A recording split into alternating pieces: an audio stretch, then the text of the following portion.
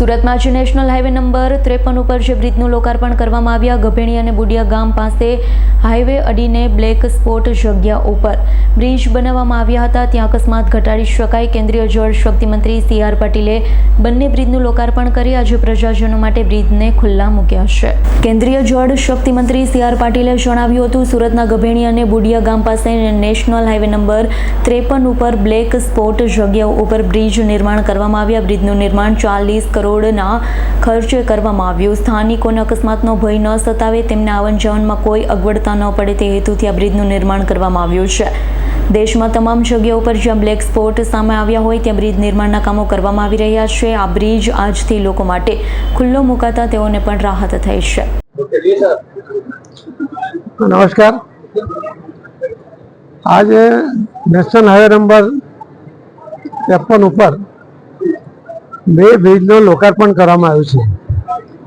National highway દ્વારા નિર્મિત આ બંને બ્રિજ આ વિસ્તારના લોકો માટે અત્યંત મહત્વના હતા.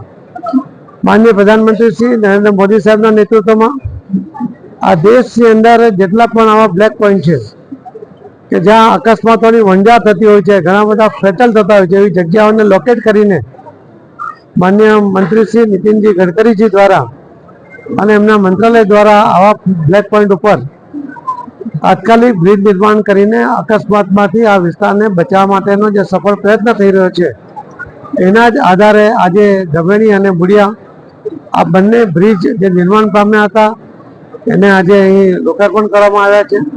આના કારણે લોકોની સુવિધાઓ વધશે, લોકોની સ્પીડ પણ વધશે અને અકસ્માત જે વારંવાર થતા હતા એમાં નહીવત અકસ્માત થવાની શક્યતાઓ હશે. કદાચ કોઈ માનવ ભૂલને કારણે થઈ શકે, પરંતુ હવે એના કારણે જે અકસ્માત થતા હતા એ ન થાય એ હું ચોક્કસપણે માનું છું. હું આ વિસ્તારના લોકોને આ બંને બ્રિજ પ્રાપ્ત થયા આના માટે અભિનંદન આપું છું અને મોદી સાહેબનો અને નીતિન ગડકરી સાહેબ બંનેનો આભાર માનું છું. ધન્યવાદ.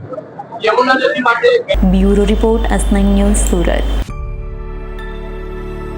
અમારી તમામ માહિતીથી અપડેટ રહેવા માટે જોડાયેલા રહો S9 ન્યૂઝ સાથે.